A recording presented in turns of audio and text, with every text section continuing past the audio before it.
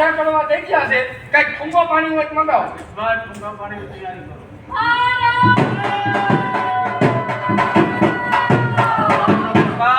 આ ભાઈનો પૂંગ્યો ક્યાં વાગી રહ્યો છે? શું ગામ ઉપર કોઈ આફત આવી છે? અરે બાપુ ગજબ થઈ ગયો છે. અરે કાલાવાનો કાઠી અરે બાય ચાળવો આપણા ગામનું કૌધન વાળીને જાય છે. કેટલા પહોંચ્યો છે? અરે પાદરે પક્યો છે. કેટલા માણસો છે? 200 માણસો છે. અને જતા જતા કહેતો ગયો છે કે જેની માએ સવાસે સૂટ ખાધી હોય એ કૌધન વાળવા આવે. રાવ સૈન્યની તૈયારી કરવા આવું છું. હા બાપુ ગણપત જગાડું નહીં જસપાત કારણ કે પારકી થાપણ કહેવાય ના કરે નારાય. અને કુદરતનો કોઈ પવડો પડે તો મારી બેનને મારે મોઢું દેખાડવું ભારે થઈ પણ ઈ મને જાગીના પૂછત મને જવાબ જાગી જાય તો કહેજો કે મામા અગત્યનું કામ હતું એટલે બાર ગામ ગયા છે.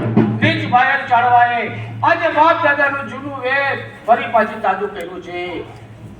ચૂકે છે મસ્તક સદાવણ જંગમાં કાય તણા જાગી જસપાત ભલે. હા બાબા અગત્યનું કામ એ ભલે ભલે.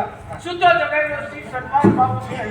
રાજપૂત કેરા દૂધને નીચ તે કાય ગયો ગોધણ તળી રક્ષા મહિકા નાશ એનો થાય છે. કા તો નમાવી શત્રુને કા પ્રાણ મારો છે.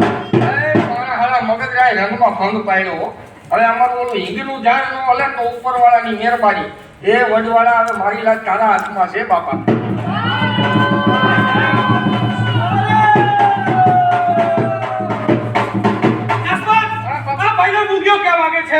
ભાઈનો પૂજ્ય નથી તો આ તો બેસતા વર્ષનો દિવસ છે ને તો ઢોલી પતે પેક વધારે મારી ગયા છે. દાડી પડાડી દીધે. જસપાત તો પછી મામા ક્યાં ગયા? મામા અગત્યના કામે ગામત્રે ગયા છે અને ભૂમલીની જવાબદારી તમને હોપી ગયા. તો ડાયરો ક્યાં ગયો? હો ના ઘરે ઘરે ખીચડી ખાઈને હુઈ ગયો કા થોડો આખી જસપાત નહીં મને તારી વાણીમાં કઈ છુપાયું લાગે છે. જો તું સાચું ના કહે તો તને આજે કે જેઠવા કુલ પાસે વાળાકુને નીચું જોડાવાનું કર્યું છે. મામાએ શું એની બેના દુનિયા આટલું નિર્મલ્ય માન્યું હશે? જસમત ચાલો આપણા થોડા હમદા કરો. હાલના આપણે જવાનું છે ઢીંગાળામાં. આપણાથી નો જવાય હો. ગામમાં આવતાની હારે ગામના પાણી છે આપણને અપસુકન થયા તમને પગમાં લાગ્યું લોહી નીકળ્યું આપણાથી ઠીકાણા નો જવાય. નહીં જસમત રાજપૂતના સંતાનને સુકન કે અપસુકનની ચિંતા હોતી નથી. અરે રાજપૂતના સંતાનને આરામનો મેદાન છે.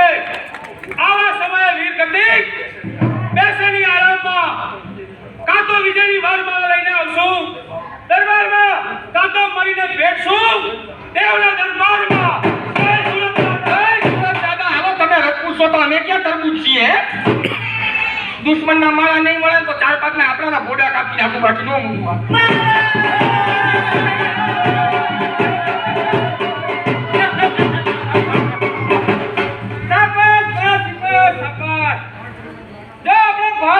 વાત જોવાની છે.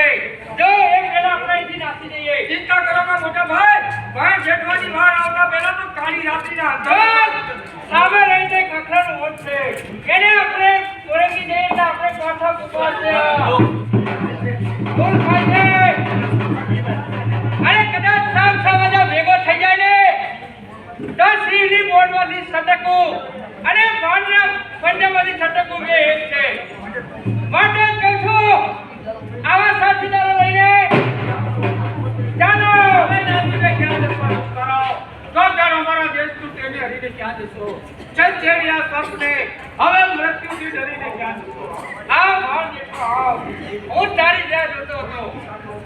આ બાપ દાદાનું જૂનું વેર આજે તે એવું કરે. અરે ઝુકે છે મસ્તક સદા રણ ચંદવા કાયમ તળા પાછા પડે પગ તો દૂર લાગે. રણથી પાછા ફરો તો ના મળતી કહેજે મને. આપ લઈને જાઉં છું. અરે આજે દેખવાના હા ભાઈ તું કોઈ મર્દ મારવાનો નથી પણ પીઠ પાછળ ઘા મુકારે ચીવડાતો છે. મર્દના ઘા પીઠ પાછળ નહીં પણ કાપી ખાતી હોય છે. કોણ ખાય છે મારી પા તારા સ્વાગત માટે બધા સાથીદારો તૈયાર કર્યા છે. માટે કહું છું હોય વાળો દેખ હોય વાળી સુંદરી માથે વળી ગયા જેઠવા વગર મોટે જઈ મળી. અરે એમ તો કામ પાછળ જઈ તો હવે પ્રતિજ્ઞા છે આજે પ્રતિજ્ઞા છે આ તું નહીં કાવું નહીં એમ છે